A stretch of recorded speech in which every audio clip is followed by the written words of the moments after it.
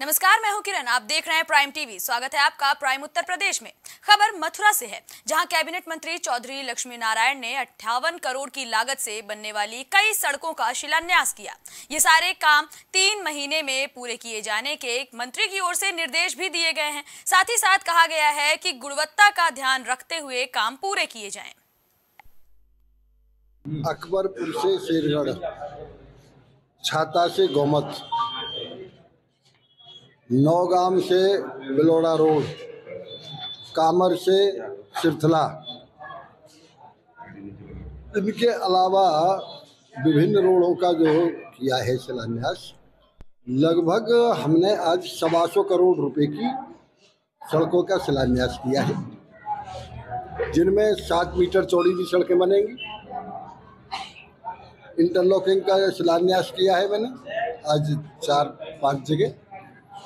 ये लगभग कुल मिला के 130 करोड़ रुपए के शिलान्यास आज हुए हैं, जो निश्चित रूप से सारे कार्य 3 महीने में पूरे हो जाएंगे। मथुरा में अपर पुलिस महानिदेशक के नेतृत्व में त्योहारों और चुनाव को लेकर पीस कमेटी मीटिंग का आयोजन किया गया। इस दौरान आगामी लोकसभा चुनाव और त्योहारों के मद्देनजर थाना गोविंद नगर चौकी भरतपुर गेट पर पीस कमेटी के सदस्यों के साथ अधिकारियों ने मीटिंग का आयोजन करते हुए तमाम सुझावों का आदान प्रदान किया। वहीं जनता के हित में काम कराने के और जनता की सुरक्षा को ध्यान में रखते हुए लगातार पुलिस को तत्पर रहने के दिशा निर्देश दिए गए। भरतपुर गेट की चौकी पर आज हमारी पीस कमेटी बैठक यहाँ पर आयोजित की गई एसएसपी मथुरा के द्वारा, जिसमें जोन के सभी अधिकारियों, मेरे द्वारा, आईजी द्वारा और एसएसपी और उनकी टीम द्वारा प्रतिभाग किया गया। यहाँ की मिश्रित आबादी के निवासी सभी ने भाग लिया और मथुरा वृंदावन तो एक प्रेम की नगरी है और गंगा जमुनी तहजीब यहाँ की सदियों से चली आ रही है। इसी को उन्होंने रिजरेट किया और उसको आगे ये बरकरार रहे और इस तरह की यहाँ पर जो एक भाईचारा की भाईचारा यहाँ पे बना रहता है हिंदू और मुस्लिम में, वो बरकरार है, वो बना रहे। और यही हम कामना करते हैं कि किसी का भी त्यौहार हो, चाहे वो ईद हो चाहे वो होली हो, दोनों में आपस में मोहब्बत रहे और भाईचारा रहे और एक दूसरे की सदा मदद करें। लोकसभा चुनाव की तैयारियां जोर शोर से चल रही हैं। कल चुनाव आयोग तारीखों का ऐलान भी कर सकता है। ऐसे में प्रदेश के उप मुख्यमंत्री ब्रिजेश पाठक ने बड़ा बयान दिया है। डिप्टी सीएम ने न्यू ज्वाइन कार्यकर्ताओं को 80 लोकसभा सीट जीतने और इसकी रणनीति बनाने के साथ ही 400 पार के लक्ष्य को पूरा करने के निर्देश दिए हैं। उन्होंने भरोसा दिलाया है कि देश में 2014 से मोदी लहर चली है, तब से वोट प्रतिशत भी बढ़ा है और इस बार भी बीजेपी को भारी मतों से जिताना है।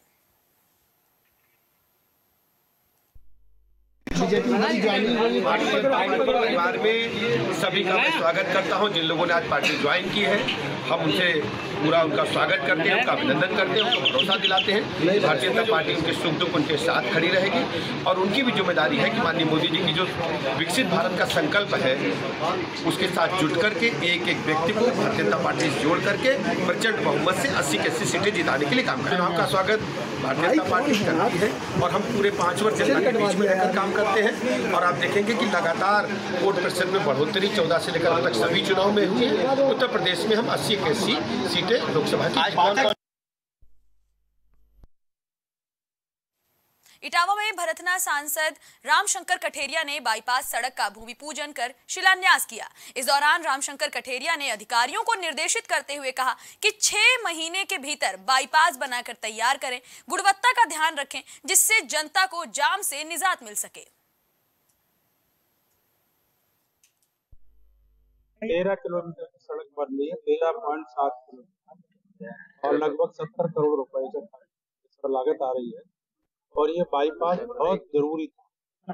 भरथना को कई बार तोड़ा गया, भरथना के लोग शहर के बहुत दुखी थे, उनकी मांग थी और मुझे दुख यह है कि सपा की सरकार यहाँ रही, केवल भरथना तोड़ती रही लेकिन बाईपास नहीं बना। हमने उस मांग को, बाईपास को स्वीकृत करा के और आज उस काम का शुरुआत है। ये 70 करोड़ की अनुमान धनराशि से इसका निर्माण किया जाना है और इसका प्रस्तावित समय पूर्ण करने का 6 से 8 माह के बीच में है। अगर कोई विघ्न या बाधा या कोई नहीं आती है उस कंडीशन, और इसका जो टोटल लंबाई है वो 13 किलोमीटर 700 मीटर, मतलब 13,700 किलोमीटर आप बोल सकते हैं, 13.70 किलो, तो उस लंबाई में इसको बनना। देश में सीएए लागू करने का ऐलान हो गया है। सीएए लागू होने के बाद से ही राजनीतिक दलों की ओर से विरोध के सुर भी उठने लगे हैं। वहीं सीएए लागू होने के बाद आज देश में जुमे की नमाज अदा की गई, जिसे लेकर प्रशासन भी अपनी पुख्ता तैयारियों में नजर आया। सपा की राष्ट्रीय प्रवक्ता और सपा महिला सभा की राष्ट्रीय उपाध्यक्ष सुमैया राणा को पुलिस ने उनके आवास पर ही नजरबंद कर दिया था। सीएए लागू होने के विरोध में धरना प्रदर्शन की आशंका के मद्देनजर पुलिस ने ये कदम उठाया। वहीं इस मामले पर हमारे संवाददाता ने सुमैया राणा से खास बातचीत की। समाजवादी पार्टी की राष्ट्रीय प्रवक्ता सुमैया राणा जी को नज़रबंद कर दिया गया है। हमारे साथ इस वक्त बातचीत के लिए समाजवादी पार्टी की राष्ट्रीय प्रवक्ता सुमैया राणा जी मौजूद हैं। मैम, आपको नज़रबंद कर दिया है पुलिस ने, क्या कहेंगे इस पे? बस इनकी तानाशाही है। ये गुंडों और मवालियों को बगल में खड़ा करके अमित शाह जो गृह मंत्री हैं वो बात करते हैं और हमारी जैसी महिलाओं को ये घर में नज़र बंद करते हैं, जबकि हमारे खिलाफ कोई आपराधिक मुकदमा नहीं है, हमारे खिलाफ कोई वारंट नहीं ऐसा जारी है जिसके लिए, या हमारे खिलाफ कोई इनकाउंटर के आदेश नहीं है, हम कोई क्रिमिनल नहीं है, लेकिन उसके बावजूद भी हम पर ऐसी सख्तियाँ बिठाई जाती हैं कि जैसे पता नहीं कौन सा बहुत बड़ा अपराध किया हो। तो ये इनकी सत्ता का इनके ऊपर नशा चढ़ा हुआ है, वो जल्द उतर जाएगा। आज शुक्रवार है, आज जुमे की नमाज होनी है और ऐसे में पुलिस को शायद इनपुट था कि आप प्रदर्शन कर सकती हैं आज लखनऊ में, तो आपका कोई प्लान था पहले से प्रदर्शन करने का जिसके कारण आपको नज़रबंद किया गया है? ये सवाल अगर आप पुलिस प्रशासन से करें तो ज़्यादा बेहतर बता पाएंगे कि इनकी इंटेलिजेंस क्या कह रही थी, लेकिन फ़िलहाल मैं घर पे हूँ, आप मुझे घर पे देख रही हो और ये मुझे निकलने नहीं दे रहे हैं। यदि आपको मान लीजिए जब पुलिस नज़रबंद नहीं कर रही है, आप बाहर निकल रही हैं, तो क्या आप प्रदर्शन करेंगी या सरकार का विरोध करेंगी सीए को लेके? देखिए, सीए के हम खिलाफ थे, हैं और रहेंगे, एनआरसी के खिलाफ भी हम थे और रहेंगे। तो जब जब हमें लगेगा कि हमारे देश का संविधान खतरे में है, यहाँ पर लोगों की नागरिकताओं जो यहाँ रहने वाले नागरिक हैं उनके अधिकारों का हनन हो रहा है, तो हम उसके खिलाफ ज़रूर खड़े। निकल पाएंगी तो क्या कुछ देखने को मिलेगा? मैंने पहले ही कहा कि इस काले कानून के खिलाफ थे, हैं और रहेंगे। अब उसकी मुखालफत हम किस तरह करेंगे ये समय बताएगा। तो आपने सुना समाजवादी पार्टी की राष्ट्रीय प्रवक्ता सुमैया राणा जी को, जिन्होंने बताया कि वो पहले भी सीए के खिलाफ थी, आज भी और आगे भी रहेंगी। अभिनव सिंह, प्राइम टीवी, लखनऊ। लोकसभा चुनाव की तैयारियां जोरों पर हैं। ऐसे में कांग्रेस प्रदेश अध्यक्ष अजय राय से प्राइम टीवी ने खास बातचीत की। इस बातचीत में उन्होंने बीजेपी पर निशाना साधते हुए कहा कि इलेक्टोरल बॉन्ड पर बीजेपी की बड़ी लापरवाही निकलकर सामने आ रही है। इस खास बातचीत में उन्होंने और क्या कुछ कहा, आप भी सुनिए। इस वक्त हमारे साथ मौजूद हैं सर। कल दोपहर 3 बजे चुनाव की घोषणा हो जाएगी, अब तक सर कोई भी लिस्ट नहीं आई है, सर क्या कहेंगे इस पर? नहीं, हमारी लिस्ट बहुत जल्द आने वाली है। चुनाव की घोषणा करें, हमारी लिस्ट बनकर तैयार है, बहुत जल्द हम। सर, अमेठी रायबरेली से क्या कोई गैर गांधी परिवार का हिस्सा? नहीं, अभी तो हम लोगों ने जो प्रस्ताव करके भेजा है वो यहाँ से सर्वसम्मत से प्रस्ताव गया है कि गांधी परिवार के लोगों को वहाँ की जनता पसंद कर रही है, वहाँ के लोग वही परिवार। इलेक्टोरल बॉन्ड के आंकड़े सामने आ गए हैं सर, इस पर आप लोग क्या कहेंगे? पूरी तरीके से ये देश का सबसे बड़ा घोटाला है। माननीय सर्वोच्च न्यायालय को धन्यवाद देना चाहूँगा कि अभी बहुत सी चीज़ें सामने आ रही हैं जिसमें भारतीय जनता पार्टी ने को मोटा चंदा छापे जहाँ पड़े, ईडी सीबीआई गई, मोटे चंदे भारतीय जनता पार्टी। पाकिस्तान की कंपनी ने भी सर दिया, उस पर क्या कहेंगे? पाकिस्तानी कंपनी से भी लिया है, आप समझ सकते हो। जब बड़ी बड़ी बात इनके नेता बोलते हैं, बड़े बड़े इनके नेता बोलते हैं पाकिस्तान चले जाओ, उस कंपनी, वहाँ की भी कंपनी से इन्होंने चंदा लिया। सर, आप वाराणसी से चुनाव पे क्या कहेंगे? आप वाराणसी चुनाव पार्टी तय करेगी, पार्टी का जो आदेश था मैंने माना, आगे जो निर्देश होगा मानेंगे। तो आपने सुना कांग्रेस प्रदेश अध्यक्ष अजय राय जी को, जिन्होंने कहा कि जो कांग्रेस की सूची आनी है उत्तर प्रदेश की वो बहुत जल्द आ जाएगी। अभिनव Singh, prime TV, Lucknow.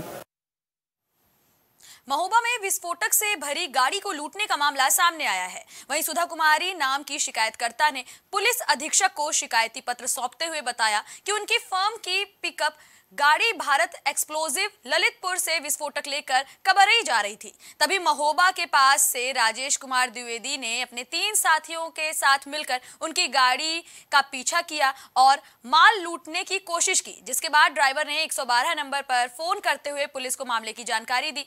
Police को जानकारी मिलते ही पुलिस ने मौके पर पहुंचने की कोशिश की, लेकिन आरोपी मौके से फरार हो चुके थे। वहीं पुलिस अधीक्षक से शिकायतकर्ता का यह भी कहना है कि आरोपियों के खिलाफ जल्द से जल्द कार्रवाई की जानी चाहिए। का बिजनेस है तो हमारे नाम पर है, वो हमारे पति और बच्चे देखते हैं। तो फैक्ट्री से गाड़ी आ रही थी तो हमारे बच्चे के साथ हादसा कर दिया गया। जो दूसरे विरोधी लोग हैं जो और भी गलत काम करते हैं, वो लोग क्या चाहते हैं कि हमारा जायज़ काम बंद हो जाए। तो इस चक्कर में जो है हमारी फैक्ट्री से आई जायज़ गाड़ी को लूटने की कोशिश की और ड्राइवर का अपहरण करने की कोशिश की, बच्चे को मारने की कोशिश की। अखिलेश द्विवेदी जी हैं, इनने गाड़ी पीछे लगाई, हमारी गाड़ी के पीछे की, मैंने ब्रेक मारा, ये आगे निकल जाए, ये आगे निकले, फिर गाड़ी के पीछे लगा ली और गाली गलौज मतलब कि। गाड़ी में कितने लोग थे? ये लोग थे 4 लोग, ये थे शिवपू तिवारी थे और ये क्या कहते हैं अखिलेश द्विवेदी थे और ये गुप्ता जी हैं एक, उनका नाम मुझे प्रकाश गुप्ता और एक था वो जगराम प्रजापति। ये लोग 4 लोग गाड़ी में थे।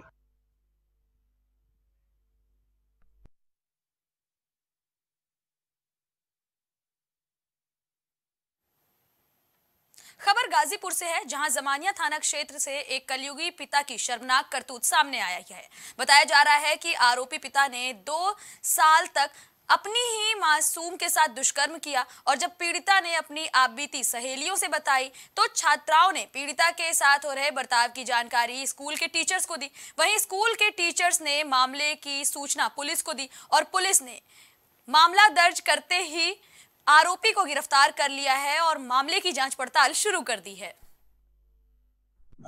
थाना जमनिया में कंपोजिट विद्यालय है, वहाँ पे स्कूलों में बच्चों को सेंसिटाइज करने के लिए समय समय पे वहाँ कार्यशाला होती रहती है। वहाँ टीचर्स ने बच्चों को गुड टच बैड टच के बारे में बता रहे थे।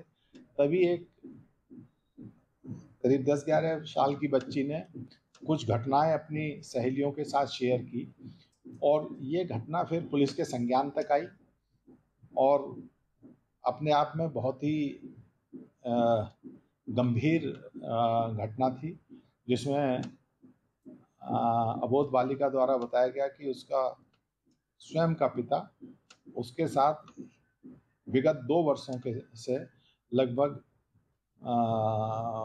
प्रताड़ित कर रहा था।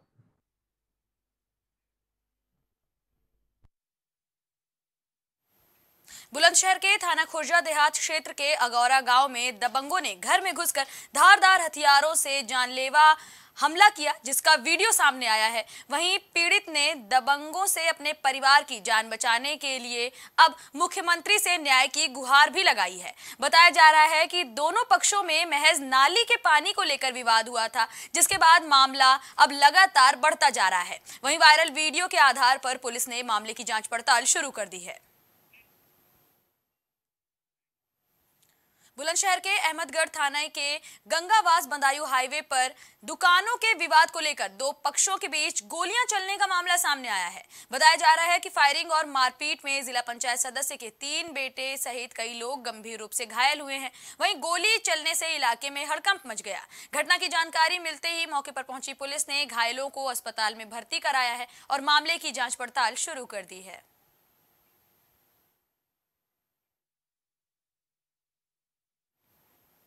सैफई मेडिकल कॉलेज में पढ़ने वाली एएनएम की फर्स्ट ईयर की छात्रा का शव पोस्टमार्टम के बाद जब औरैया पहुंचा तो आसपास रहने वाले लोगों में हड़कंप का माहौल देखा गया। साथ ही साथ पीड़िता के परिवार में मातम छा गया।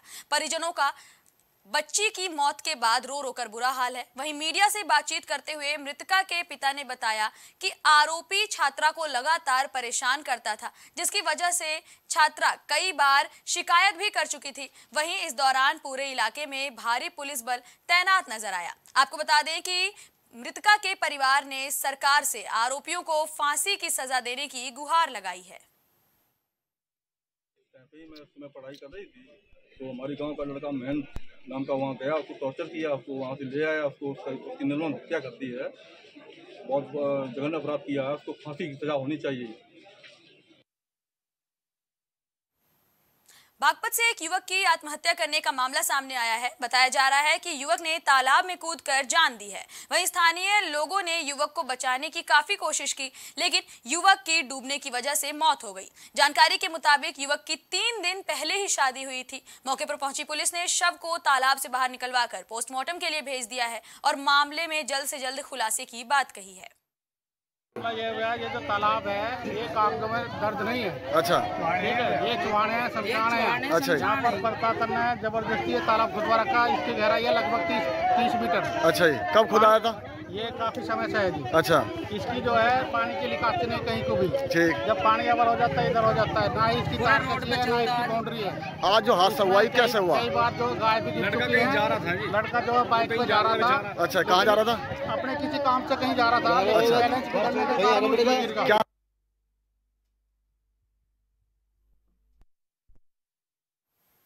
इटावा के सैफई मेडिकल यूनिवर्सिटी की एएनएम छात्रा की हत्या मामले में पुलिस ने मुख्य आरोपी को मुठभेड़ के दौरान गिरफ्तार कर लिया है। बताया जा रहा है कि आरोपी मृतका से एक तरफा प्यार करता था और लगातार दूसरे से उसके बात करने की शक में उसकी हत्या कर दी। आपको बता दें, एएसपी संजय कुमार वर्मा ने इटावा औरैया की एसओजी और सर्विलांस की 4 टीमों को आरोपी को पकड़ने के लिए लगाया था, जिसके बाद अब आरोपी पुलिस की गिरफ्त में है। थाना क्षेत्र बैतपुरा की पुलिस द्वारा जिला अस्पताल की इमरजेंसी में एक व्यक्ति घायल अवस्था में लाया गया, जिसका चिकित्सीय परीक्षण किया गया, जिसका प्राथमिक उपचार के बाद उसको भर्ती कर लिया गया। लाने वाले के बताने अनुसार उसको पैर में गोली लगने से घायल हुआ। तो महोला रोड पर जहां वो तमंचा छुपाया जाना बताया जाता है, जब पुलिस उसको ले जा रही थी तो वो पुलिस को जैसे ही तमंचे के पास पहुंचा, पुलिस पर तमंचा लेकर के फायर करने लगा, जिस पर काउंटर फायर के रूप में पुलिस ने उस पर फायर किया तो उसके पैर में गोली लगी है, जो कि आप देख रहे हैं कि जिला चिकित्सालय में इलाज के लिए लाया गया है। एक शातिर बदमाश है, इसको जो है इस पर एनएसए की कार्रवाई भी मेरे द्वारा प्रचलित की जाएगी। और साथ ही साथ ये बता दूँ कि जो भी हमारे फॉरेंसिक टीम थी, सारे तथ्यों और सारे पहलुओं पर निरीक्षण परीक्षण करके जो है सारे तथ्य और सारे साक्ष्य इकट्ठा किए जा रहे हैं, ताकि जल्दी फास्ट ट्रैक कोर्ट में इसको सजा भी कराई जाए। इस पर एनएसए की कार्रवाई भी की जाएगी। साथ ही साथ मुलजिम को जो है 24 घंटे के अंदर एक मुठभेड़ में पकड़ा भी गया है, साथ ही साथ बरामद सब कुछ कर लिया गया है और एक जो सटीक कार्रवाई होती है पुलिस के द्वारा की गई है।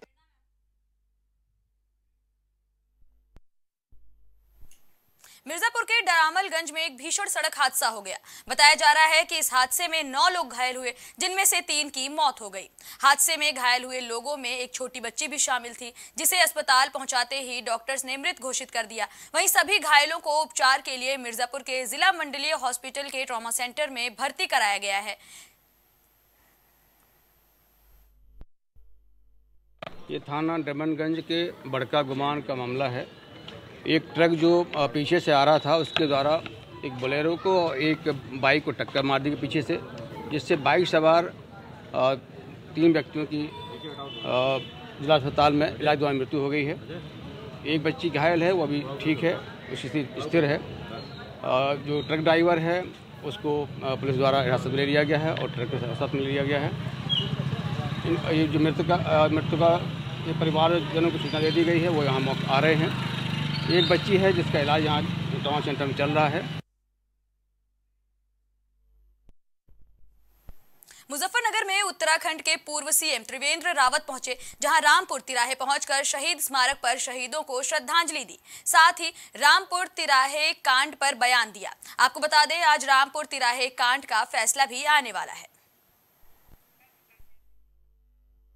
देखिए, तो बहुत प्रतीक्षित था रामपुर तिराहा जो कांड हुआ था, और तमाम लोग, हमारी माँ बहनें अब भी अपमान का घूंट सहन कर रही हैं। निश्चित रूप से जो कोर्ट का फैसला होगा उसकी हमको प्रतीक्षा है। किसी ने समाज के साथ कोई अन्यायपूर्ण काम किया है जो कानूनी दृष्टि से गलत है, तो उन पर कार्रवाई हुई है। चुनौती स्वीकार करते हैं कि कांग्रेस ने भी अपना चेहरा साफ नहीं किया। नहीं, अभी कांग्रेस की हमको प्रतीक्षा है कि कौन सामने आते हैं, लेकिन जीतेगी भाजपा ही। इसी बीच बड़ी खबर आ रही है, जहां यूपी डीजीपी प्रशांत कुमार ने प्रेस कॉन्फ्रेंस की है। डीजीपी प्रशांत कुमार की ये प्रेस कॉन्फ्रेंस हुई है, जिसमें पुलिस आरओ भर्ती पेपर लीक मामले की चर्चा की गई। प्रशांत कुमार ने बताया कि अब तक 396 आरोपी गिरफ्तार कर लिए गए हैं। डीजीपी की ओर से ये बयान आया है, जहां उनका कहना है कि पेपर ट्रांसपोर्ट करने वाली कंपनी के कर्मचारी को भी इस मामले में गिरफ्तार किया गया है। शिवम गिरी और अभिषेक शुक्ला नाम के आरोपी पुलिस के हत्थे चढ़े हैं। लगातार आरोपियों से पूछताछ हो रही है। बताया जा रहा है कि यही आरोपी पेपर लीक मामले के मास्टरमाइंड हैं। डीजीपी प्रशांत कुमार ने प्रेस कॉन्फ्रेंस करते हुए आरओ और पुलिस भर्ती परीक्षा में पेपर लीक होने के मामले में चर्चा की है। इस मामले में डीजीपी का कहना है कि अब तक 396 आरोपियों को गिरफ्तार कर लिया गया है और अब इस मामले के मास्टरमाइंड्स भी पुलिस के हत्थे चढ़ चुके हैं। पेपर ट्रांसपोर्ट करने वाली कंपनी के कर्मचारी को पुलिस ने अरेस्ट किया है। शिवम गिरी और अभिषेक शुक्ला पुलिस के हत्थे चढ़े हैं।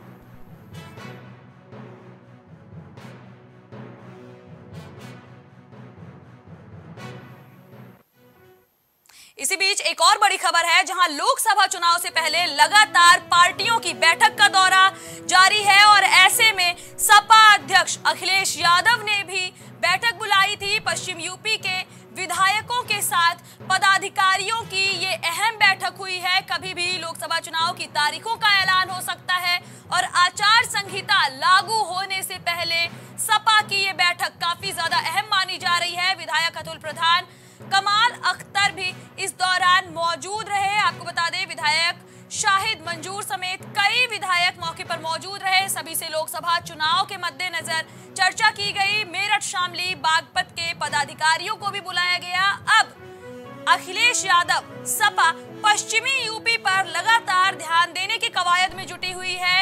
सपा अध्यक्ष अखिलेश यादव ने बैठक बुलाई, जहां पश्चिम यूपी के विधायकों के साथ पदाधिकारियों की बैठक हुई। इस बैठक में लोकसभा चुनाव को लेकर चर्चा हुई। आचार संहिता लागू होने से पहले सपा की ये काफी खास बैठक मानी जा रही है। ये बीजेपी के लिए इलेक्टोरल बॉन्ड की शॉकिंग न्यूज है। सर, क्या इसी वजह से इस शॉकिंग न्यूज को ये किसी भी ब्रेकिंग न्यूज से दबा नहीं सकते। तो सीए का इसीलिए लाया गया, बीच में नोटिफाई किया गया ताकि इसको वो तो जानबूझ करके, जिस दिन रमजान शुरू हो रहे थे, हमारी जो भारत की संस्कृति है, जो हमारे भारत की पहचान है, मिली जुली संस्कृति, आपस में जो हम एक दूसरे को गंगा जमुनी संस्कृति के बहाने सहारे जोड़ते हैं, जानबूझ करके उन्होंने उसी दिन तय किया चिढ़ाने के लिए। तो कई मुस्लिम कार्यकर्ताओं को हाउस अरेस्ट किया गया है। क्या कहेंगे? कब? कई दिनों से वाले मामले में ये केवल वोट के लिए, केवल ये वोट के लिए कैसे माहौल खराब हो, कैसे नफरत फैले, कैसे खाई पैदा हो, उससे कैसे पॉलिटिकल लाभ लिया जाए वोट के लिए। लेकिन सबसे बड़ा सवाल ये इलेक्टोरल बॉन्ड्स का है। ये तो आपको सोचना चाहिए कितने हजार करोड़ का है, और तब है जब सरकार में लोग वसूली कर रहे हैं। चंदा लेना इलेक्शन कमीशन का एक अपना तरीका है, जो गाइडलाइन पॉलिटिकल पार्टीज के लिए है, लेकिन वसूली के लिए गाइडलाइन थोड़ी है। वसूली तो एजेंसियां हैं। तो बीजेपी के लोग जो अपने आप को दावा करते थे, एक मंत्री के कहने पर क्या ये सच्चाई सामने नहीं आ गई? ये फिलहाल प्राइम उत्तर प्रदेश में इतना ही। देश दुनिया की तमाम खबरों से अपडेटेड रहने के लिए बने रहिए प्राइम टीवी के साथ।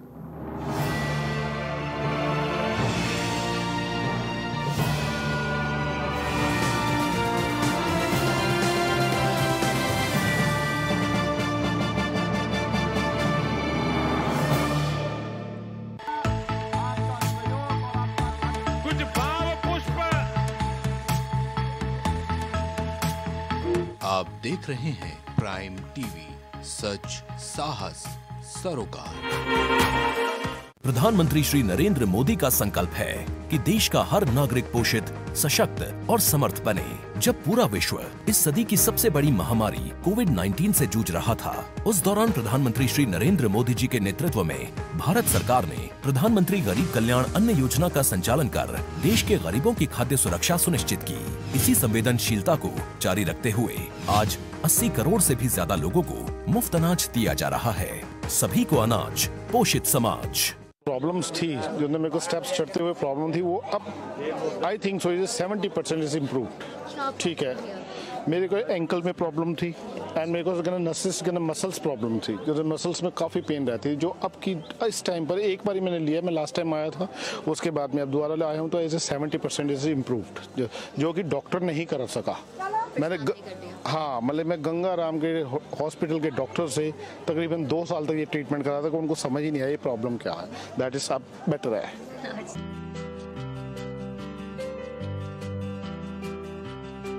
अगर आप करना चाहते हैं अपने बिजनेस को प्रमोट, तो इसके लिए आपको चाहिए होगा एक support.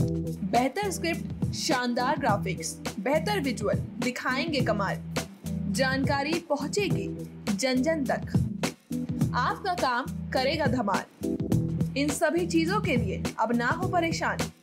Brand promotion, motion designing and video editing, 2D और 3D animation, television telecasting, social media works, script writing जैसे कामों के लिए आज ही कांटेक्ट करें 9267925186 पर। इसी के साथ ही आप हमें जीमेल भी कर सकते हैं vikasproduction.gfx@gmail.com पर। देश में लगातार चल रहा ठगी का कारोबार, जनता की गाड़ी कमाई पर अय्याशी जोरदार, सरकार की पकड़ से क्यों है दूर ठग्स ऑफ हिंदुस्तान। ठगी के शिकार जनता लगातार हो रही परेशान, कंपनियों के नाम बदल बदल चल रही ठगी की दुकान, MLM सिस्टम बना ठगी का हथियार, होने वाला है शुरू फिर नए नाम से व्यापार,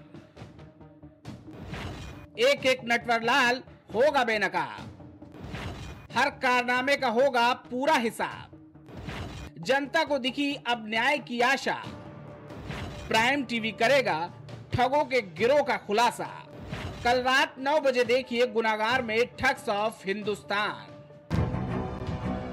राजनीति से लेकर खेल के मैदान तक, हॉलीवुड से लेकर बॉलीवुड तक, अंतर्राष्ट्रीय खबरों से लेकर व्यापार तक, ऐसी खबरें जिन पर है हमारी पैनी नजर। पल पल बदलती देश और दुनिया की 100 बड़ी खबरें देखिए हमारे खास कार्यक्रम प्राइम शतक के साथ। सियासी दिग्गजों से जानेंगे राजनीतिक दांवपेच, अफसरशाहों से मिलेगी अंदर की जानकारी, सांसद से